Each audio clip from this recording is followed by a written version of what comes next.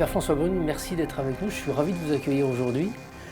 Merci à vous, Stéphane. Vous êtes un peu une légende dans le monde qui nous intéresse, de ce qu'on appelle le paranormal, mais vous avez aussi une autre facette, une vie de théologien aussi. On va aborder tout ça aujourd'hui. On va aborder tout ça très très bien, merci.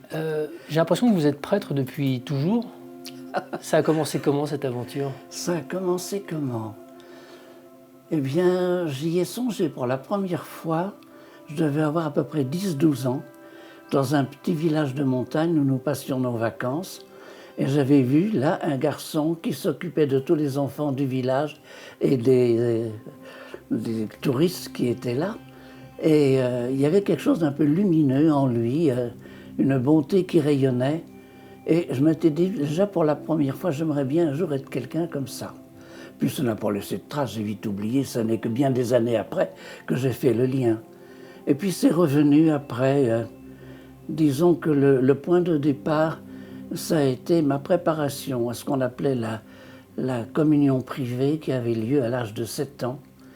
Et là, je me suis rendu compte que vers les 50 ou 60 ans, qu'une vieille religieuse avait certainement joué un rôle de catalyseur entre moi et Dieu.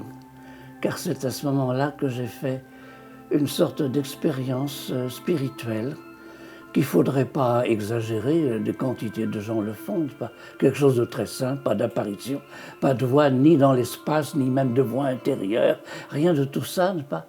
Mais dans la prière, dans la foi, une véritable rencontre de Dieu, et qui m'a marqué toute ma vie, et qui a déterminé tout le reste, il n'y a aucun doute.